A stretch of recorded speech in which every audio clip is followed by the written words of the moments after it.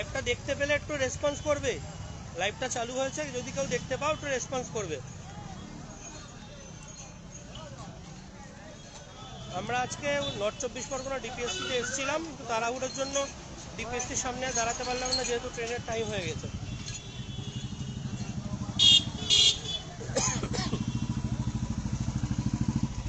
সবাই জানো যে জেলা কাউন্সিলিংগুলো কমপ্লিট হয়ে গেছে। আচ্ছা, আর কজন আসুক।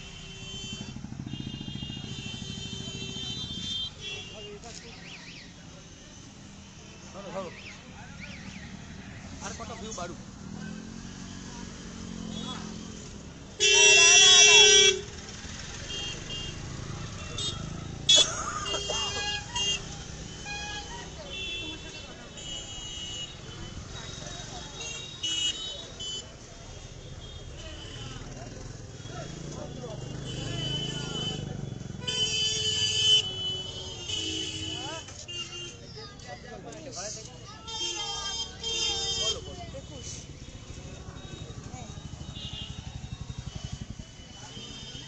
আচ্ছা, সবাই জানো যে আমরা আজকে এসেছিলাম উত্তর 24 পরগনা ডিপিএসসিতে।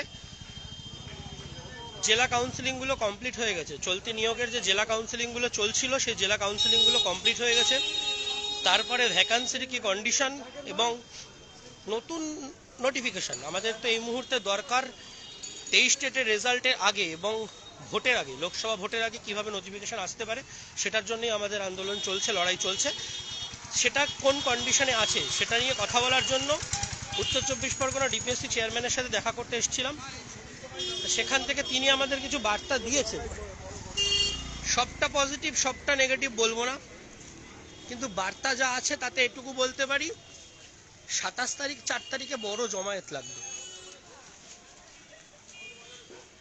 নোটিফিকেশন নিয়ে কোনো আলোচনা হয়নি।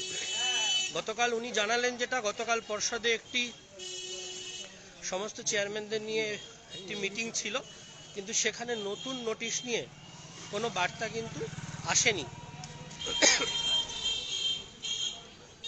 বলেছে নোটিশ চলে আসবে, নিশ্চিত থাকো নোটিশ চলে আসবে, 23 স্টেটের আগেই আসবে, কিন্তু কবে আসবে বা ভ্যাকান্সি কত হতে পারে সেই বিষয়ে কোনো বার্তা আমরা পাইনি।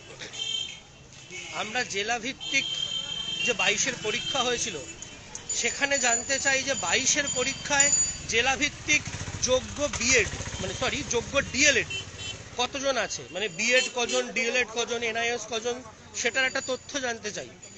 তিনি বলছেন আমরা মৌখিক তথ্য দিতে রাজি আছি। আমি বললাম স্যার, আমাদের মৌখিক তথ্যের দরকার নেই, আমাদের লিখিত তথ্য লাগবে। তো উনি আবার বললেন সেটা এই মুহূর্তে কটা দিন পরে আসলে আমরা দিতে পারবো।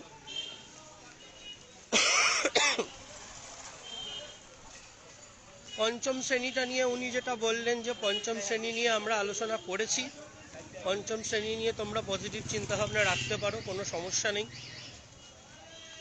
কিন্তু মূল যে লক্ষ্যটা আমাদের, যে কোনো টেট পাসকে আমরা বসে থাকতে চাই না, আমরা চাই প্রত্যেক টেট পাসের চাকরিটা কনফার্ম হোক, প্রত্যেক টেট পাস নিয়োগ পাক। সেইটার জন্য আমাদের যে মূল লক্ষ্যের যে আন্দোলনের যে দাবি, যে ন্যূনতম 50,000 শূন্যপদ লাগবে এবং 23 স্টেটের রেজাল্টের আগে, ভোটের নোটিফিকেশনের আগে আমাদের ইন্টারভিউ নোটিফিকেশন লাগবে। সেটার জন্য পরিস্থিতি কিন্তু এখনো অতটা সুগম নয়। টোটাল নেগেটিভ, টোটাল পজিটিভ চিন্তাভাবনার জায়গায় নেই। সকলকে বলবো যে ধারাবাহিক আন্দোলনটা আমাদের চলছে সেটাকে চালিয়ে নিয়ে যেতে হবে। 27 তারিখ যদি 5,000 ছেলে মেয়ে পথে নামতে পারো, তাহলে নোটিফিকেশনে 50,000 আসতে সময় লাগবে না। অদিতি কিছু বলো। আচ্ছা, আরেকটা কথা বলি, আমরা আরেকটা জিনিস ওনার কাছে তুলে ধরেছি, সেটা হচ্ছে যাতে ইন্টারভিউগুলো ডিপিএসসিতে নেওয়া যায়। এর ফলে কি হবে, যে রিক্রুটমেন্ট প্রসেসটা সেটা আরও তাড়াতাড়ি হবে। সেই বিষয়টা ওনারা জানিয়েছে, সেই বিষয়টাতে ওনারা এবার ভেবে দেখছেন যদি ডিপিএসসিতে কোনোভাবে ইন্টারভিউ পসিবল হয়। আর আরেকটা বিষয়, এটা পজিটিভ ধরাই যেতে পারে যে আমাদের টোটাল কতজন আছে ডিএলএড, উনি বলেছেন আমাদের মোটামুটি এই মাসের মধ্যে হয়তো আমরা আরেকবার আসব এবার প্রত্যেক কতজন আছে সেটা উনি আমাদের বলে দেবেন, যে মৌখিকভাবেই বলবেন, পরবর্তীতে হয়তো আমাদের লিখিত দেবেন। সেক্ষেত্রে আমি বলবো কি, আদার্স আরও যারা জেলায় আছো তারা প্রত্যেকে ডিপিএসসিগুলোতে যাও, গিয়ে এবার জানার চেষ্টা করো। তার কারণ হচ্ছে এতে আমাদের কাছে একটা মৌখিকভাবে হলেও আমাদের কিছু ইনফরমেশন আসবে যে আমরা কতজন ডিএলএড আছি 2022-এর পর, মানে 2022-এ। তো এই বিষয়টা একটু দেখো আমি সবার কাছে এটা অনুরোধ করবো। এবার ডিপিএসসিগুলোতে যাতায়াত শুরু করো, কারণ কাউন্সিলিং প্রায় শেষ, স্টেট কাউন্সিলিংও প্রায় শেষের মুখেই বলা যায়। তো এইগুলো দেখো। আর হচ্ছে আর কিছু নেই তো। আর আরেকটা জিনিস আবারও বলে রাখি, আগামী 27 তারিখ এবং 4 মার্চ যে আন্দোলন আছে, সে আন্দোলনে সকলে পায়ে পা মেলাও, ম্যাট এর জন্য ফান্ডিং করো, এটা সবার আগে দরকার। ম্যাটে আগে আমাদের স্টে ফেলতে হবে, চাকরির যদি দরকার হয় ম্যাটে স্টে ফেলো। আর হচ্ছে প্রত্যেকের কাছে, প্রত্যেক জেলার সাধারণ সদস্য, অ্যাডমিন এবং প্রত্যেকের কাছে এটা আমার অনুরোধ, আগামী 27 তারিখ আন্দোলনে এসো এবং 4 মার্চে মহামিছিলে যোগদান করো। এরকমভাবে ধারাবাহিক আন্দোলন চললে সরকার আমাদের 50,000 শূন্যপদ দিতে বাধ্য হবে। এগুলো বলে রাখলাম। আর এর মধ্যেই তোমরা চেষ্টা করো বিভিন্ন জেলার ডিপিএসসিগুলোতে গিয়ে জানার যে 2022 স্টেট পাস ডিএলএড ক্যান্ডিডেট কতজন আছে। এবং ম্যাটের জন্য অবশ্যই প্লিজ কিউআর কোড দেওয়া আছে, সেখানে ফান্ডিং করো। এবং নতুন যারা যুক্ত হচ্ছে তারা নন ভেরিফাইড গ্রুপে জয়েন করো এবং ডকুমেন্ট ভেরিফিকেশন করার পর ভেরিফাইড গ্রুপে জয়েন করে ফান্ডিং শুরু করো। দেখো, একটা জিনিস যেটা বোঝাতে চাইছে এরা বারবার করে, যে আইনি জটিলতার জন্য নোটিশ আসে না, আইনি জটিলতার জন্য কিন্তু একটা কথা সবাই শুনে রাখো, আইনি জটিলতা যা ছিল সেই আইনি জটিলতা, সমস্ত রকমের জটিলতা সব কেটে গেছে। এই মুহূর্তে 22 স্টেটের সামনে কোনো রকম কোনো আইনি জটিলতা নেই। তাহলে কিসের জন্য নোটিশ পার করতে এদের প্রবলেম হচ্ছে, বা কিসের জন্য এরা এখন আমাদের ভ্যাকান্সি ঘোষণা করতে পারছে না, এটা সত্যি ভাবনার বিষয়। তাই বলবো যে আন্দোলনটাকে ধারাবাহিকভাবে চালিয়ে যেতে হবে। 27 তারিখে আমাদের 2022 প্রাথমিক টেট পাস ডিএলএড ঐক্যমঞ্চ যে পর্ষদ ঘেরা অভিযানে ডাক দেওয়া হয়েছে, সেখানে প্রত্যেককে আসতে অনুরোধ করছি, প্রত্যেকে এসো। 27 তারিখ আমরা পথে নামবো, পথে নেমে আমরা জমায়েত করে প্রাথমিক পর্ষদে যাব। ডিপিএসসিতে গিয়ে যা যা ইনফরমেশন গ্যাদার করা সেগুলো আমরা যোগাযোগ করে ফেলেছি। আমরা প্রতিটা ডিপিএসসিতে ধারাবাহিকভাবে আবার যাওয়া শুরু করেছি, আবার যা যা ইনফরমেশন কালেক্ট করা সেগুলো কালেক্ট করছি। এই মুহূর্তে 27 তারিখ সামনে, আমাদের পর্ষদে গিয়ে একটাই প্রশ্ন, আপনি কবে নোটিশটা দেবেন বলুন, কবে শূন্যপদটা জানাবেন বলুন। 23-এর রেজাল্টের আগে যেভাবেই হোক, 23-এর রেজাল্টের আগে আমাদের ইন্টারভিউ নোটিফিকেশন দিতে হবে, ন্যূনতম 50,000 শূন্যপদ দিতে হবে। তা না হলে 22-এর ছেলেমেয়েরা যে আন্দোলন চালাচ্ছে সেই আন্দোলনটাকে আমরা আরও জোরদারভাবে একইভাবে চালিয়ে যাব। আন্দোলন থামানো যাবে না যতক্ষণ না নোটিশ আসছে, আমাদের পর্যাপ্ত শূন্যপদ আসছে। পর্যাপ্ত শূন্যপদ বলতে প্রত্যেকের চাকরি পাওয়ার মতো পর্যাপ্ত শূন্যপদ, যেটা আমরা দাবি জানিয়ে আসছি, সেই শূন্যপদ যতক্ষণ না আমরা পাচ্ছি আমাদের আন্দোলন চলবে। আর আইনি জটিলতা বলতে যে আইনি জটিলতা আছে সেটা হচ্ছে ম্যাট। জটিলতা এই কারণেই বললাম, নিজের চাকরিটা যদি সুনিশ্চিত করতে চাও 22-এর ছেলেমেয়েরা, তাহলে ম্যাটকে আটকাতে হবে। 27 তারিখের অ্যাডভান্স লিস্টে কিন্তু ম্যাট রয়েছে, 27 তারিখের অ্যাডভান্স লিস্টে এখনো ম্যাট রয়েছে। তাই বলবো, সেখানে যদি আমাদেরকে সুপার সিনিয়র অ্যাডভোকেট দাঁড় করাতে হয়, তার জন্য যে পর্যাপ্ত ফান্ডিং দরকার, সে ফান্ডিং আমরা এখনো হাতে তুলতে পারিনি। সেটার জন্য প্রত্যেককে অনুরোধ করছি, সেই পর্যাপ্ত ফান্ডিংটা প্রত্যেকে দাও। যে কিউআর কোডটা শেয়ার করা আছে সেই কিউআর কোডে প্রত্যেকে পর্যাপ্ত ফান্ডিংটা দাও, দিয়ে নন্দিতার নাম্বারে নাম, মোবাইল নাম্বার, জেলার নাম্বার লিখে ট্রানজ্যাকশন আইডি সহ স্ক্রিনশটটা পাঠিয়ে দাও। ফান্ডিংটা যদি না পাওয়া যায়, ম্যাটটাকে আটকানো কিন্তু সম্ভব নয়।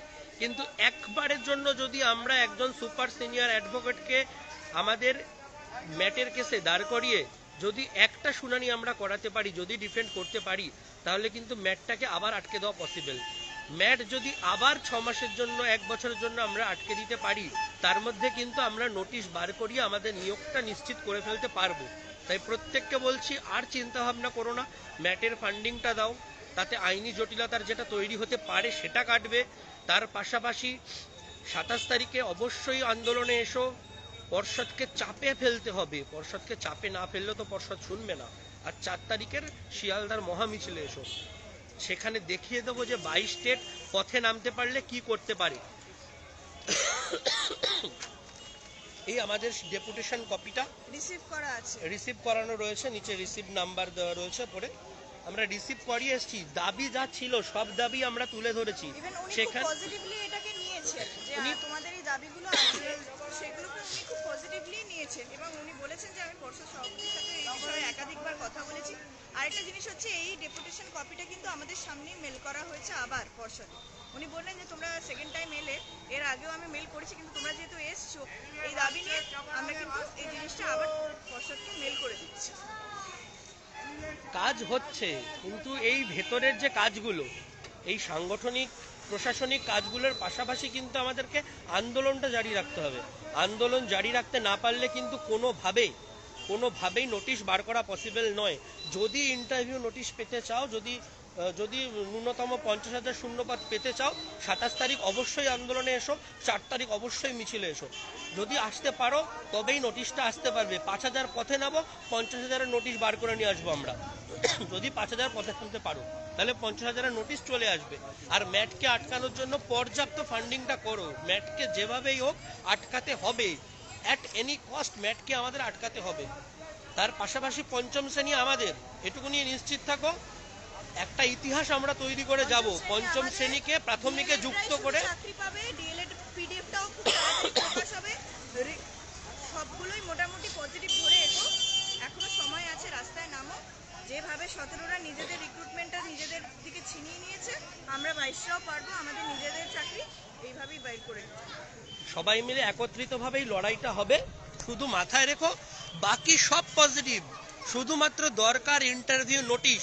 আর সেই ইন্টারভিউ নোটিশটা তখনই আসবে যখন 22টা একত্রিতভাবে 27 তারিখ আবার পথে নামবে, পর্ষদের সামনে দাঁড়িয়ে চিৎকার করে যখন সভাপতির কাছে জবাব চাইবে। তাই প্রত্যেককে বলবো 27 তারিখের পর্ষদে এসো আর 4 তারিখের মিছিলে এসো, এটুকুই বলছি। লাইভটা শেষ করছি, লাইভটা একটু চারিদিকে সবাই ছড়িয়ে দিও।